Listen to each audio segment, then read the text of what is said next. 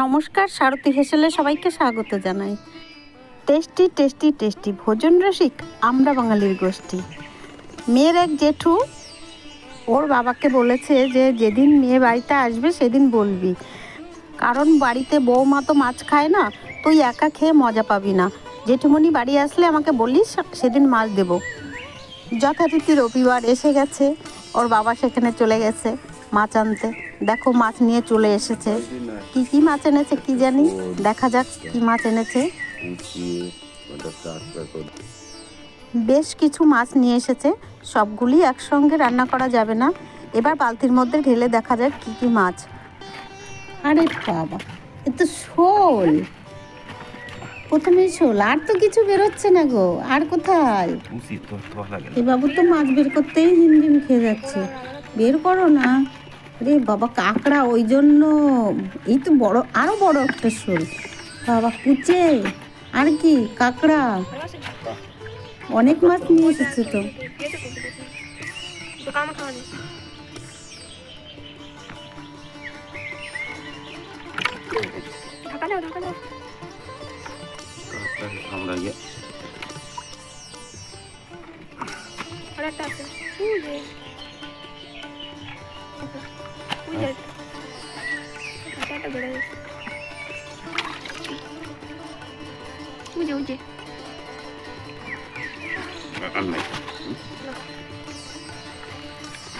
কাঁকড়াগুলিকে বেছে বেছে একটু আলাদা করে রাখা হলো, কারণ ওদের ভিতরে থাকলে কাঁকড়া ওদের কামড়ে দেবে, তাই।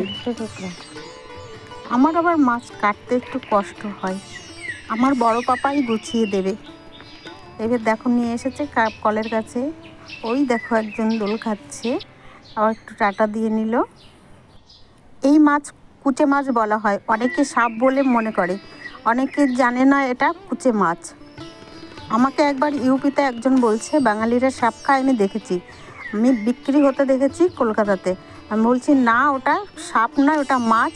তাকে কিছুতেই বিশ্বাস করাতে পারলাম না যে ওটা মাছ, কারণ কি তারা তো কখনো মাছ খায় না বা জানেও না, ওই কারণে তারা বুঝতে পারে না। এই মাছ এইভাবে মাথার পাশ দিয়ে আস্তে করে একটু ছালটা ছাড়িয়ে নিয়ে এমন করে ধরে হাতে ছাইলে গিয়ে ঠিক টান মারলে মাছটা পুরো একদম ছাল ছাড়ানো হয়ে যাবে। আমি যখন থেকে দেখেছি এই ধরনের মাছ এইভাবে ছাড়িয়ে নিতে হয়। কিন্তু অনেকেই আবার বলে যে এই মাছের ছাল নাকি অনেক বেশি সুস্বাদু হয়, সেটা আলাদাভাবে রান্না করতে হয়। সে তো আমি কখনো জানিও না, দেখিও নি। কিন্তু এইভাবে ছাড়িয়ে নিয়ে এবার ওর পেটটা চিড়ে ফেলে ওর পেটের থেকে নোংরা বের করে তারপরে পিস পিস করে নিতে হবে। এমন করে একটু হালকা করে চিড়ে নিলেই আঙুলের সাহায্যে টান দিলে পুরো একদম লেজা পর্যন্ত চিড়ে যাবে। দেখো এইভাবেই, এই যে টান দিলে পুরো চিড়ে গেল। এবার পেটের নোংরাটা ফেলে নিয়ে এবার ধুয়ে নাও। ধোয়ার পাত্রটা বড় নিলে সুন্দর করে ধোয়া যায়, এই কারণে বড় পাত্র নিয়ে নেওয়া হয়েছে। আমার বড় পাপা আবার খুব ভালো করে না ধুলে পছন্দ করে না। এইবার দেখো এই মাছে এত পরিমাণে রক্ত হয়, দেখো কিভাবে রক্ত বেরোচ্ছে। আগেরকার দিনে বিভিন্ন ধরনের প্রোটিনযুক্ত জিনিস ছিল না, কিন্তু যখন কেউ অসুস্থ হতো, জ্বর হয়ে অনেক দিন বসে থাকতো ঘরে, তখন সুস্থ হওয়ার পরে এরকম ধরনের মাছ দিয়ে তাকে ভাত খেতে বলা হতো।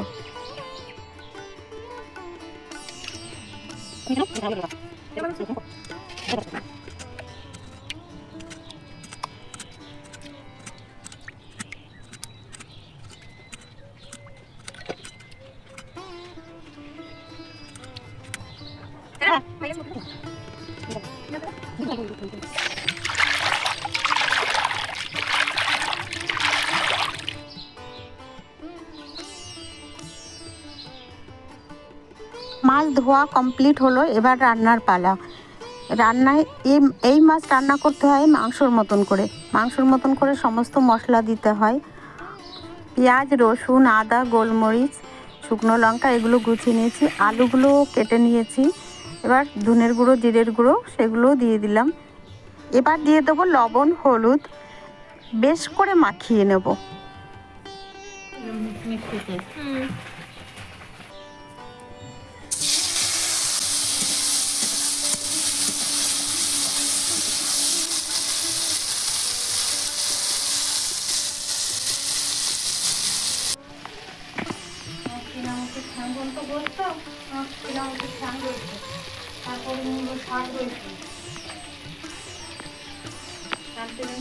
আজকের রাঁধুনি আমার বড় পাপা, আমি গুছিয়ে দিচ্ছি, ও রান্না করছে।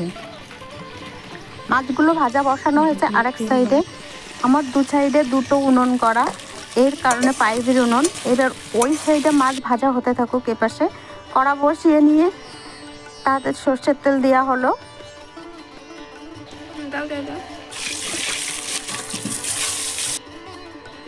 আলু কেটে রাখা আছে, আলুগুলোকে ভেজে তুলে নেওয়া হবে। এবার বেশ খানিক সময় ধরে ওকে উল্টে পাল্টে লাল লাল করে ভাজতে হবে। এর নাম গোল আলু। এ না আবার সব খেলাতেই চালু, যে সবজিতে যাবে না সেটাই অধুরা থেকে যাবে। আমার বড় পাপা এক হাতে মোবাইল ধরে একসাথে কাজ করছে, এক হাতে দেখো এই যে ঢাকাগুলি তৈরি করা হয়, এই ঢাকাটা এই কারণে তৈরি করা হয়, গরমের সময় এখানে বসিয়ে দিলে গায়ে কোনো তাপ লাগে না।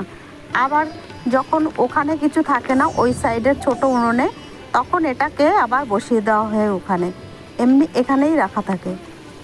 এটা তৈরি করা অনেক এঁটেল মাটি দিয়ে, খুব ভালো এঁটেল মাটি, এবং যাতে না ভাঙে সেইভাবেই তৈরি করা।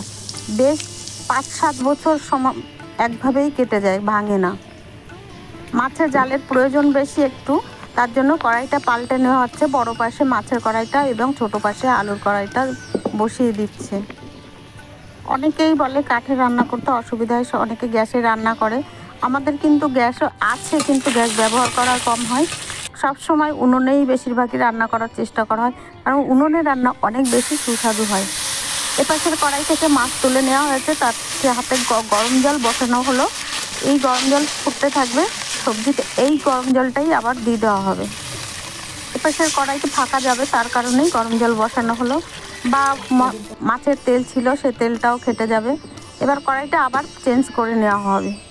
একবার আমাদের বাড়িতে একজন এসেছে অতিথি, আমি জিজ্ঞাসা করছি মাংস রান্না করেছি, তুমি খাবে? বলে হ্যাঁ দাও।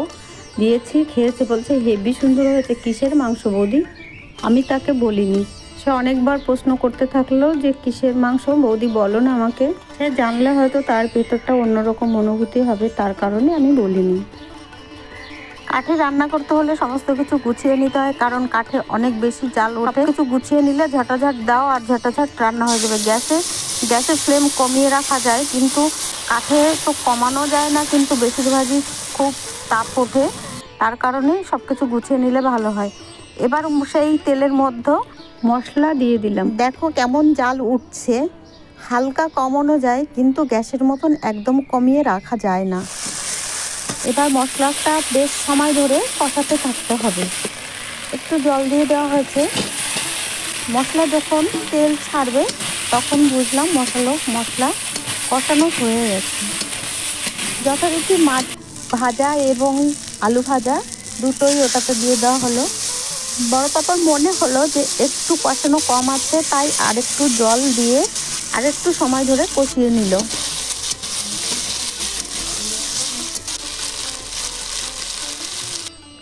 লবণ এবং হলুদ দিতে একটু দেরিই হলো, একটু আগে দেওয়া উচিত ছিল, কিন্তু ওর খেয়াল ছিল না। যাই হোক, এখন দিয়ে আর একটু সময় কষালেই হয়ে যাচ্ছে। এবার বেশ একটু সময় ধরে কষিয়ে নিলেই হয়ে যাবে। এবার যে ফোটানো জল রাখা আছে সেটা এবার ওটাতে ঢেলে দেওয়া হবে। বেশ পরিমাণ মতন জল দিয়ে বেশ খানিক সময় ধরেই ফোটাতে হবে। যত ফোটাবে ততই বেশ সুস্বাদু হয়ে আসবে। জল দিয়ে বেশ করে একটু মিশিয়ে নিতে হবে। একটু কম ছিল, আর একটু দিয়ে দেওয়া হলো। বেশ মিনিট 5-7 ধরে এবার ফোটাতে থাকতে হবে। ফোটানোর জন্য একটু ঢাকা বসিয়ে দিলাম। ফোটানো হয়ে গেছে, রান্না হয়ে গেছে, নামিয়ে নিলাম। দেখো মাংসর মতনই হয়েছে। আমাদের এবার একটু ঝোলের প্রয়োজন হয়। অজিমশাইয়ের মেয়ের একটু ঝোল কম হলে ঠিক হয়, কিন্তু ওর বাবার একটু ঝোল লাগে, তার কারণে একটু ঝোল রাখা হয়েছে। এবার আমার পাপা খেতে বসে গেছে। এগ গাছটা তৈরি হয়ে গেছে। দেখো, আজকের ভিডিও এই পর্যন্ত। ভিডিওটি শেষ পর্যন্ত দেখার জন্য ধন্যবাদ।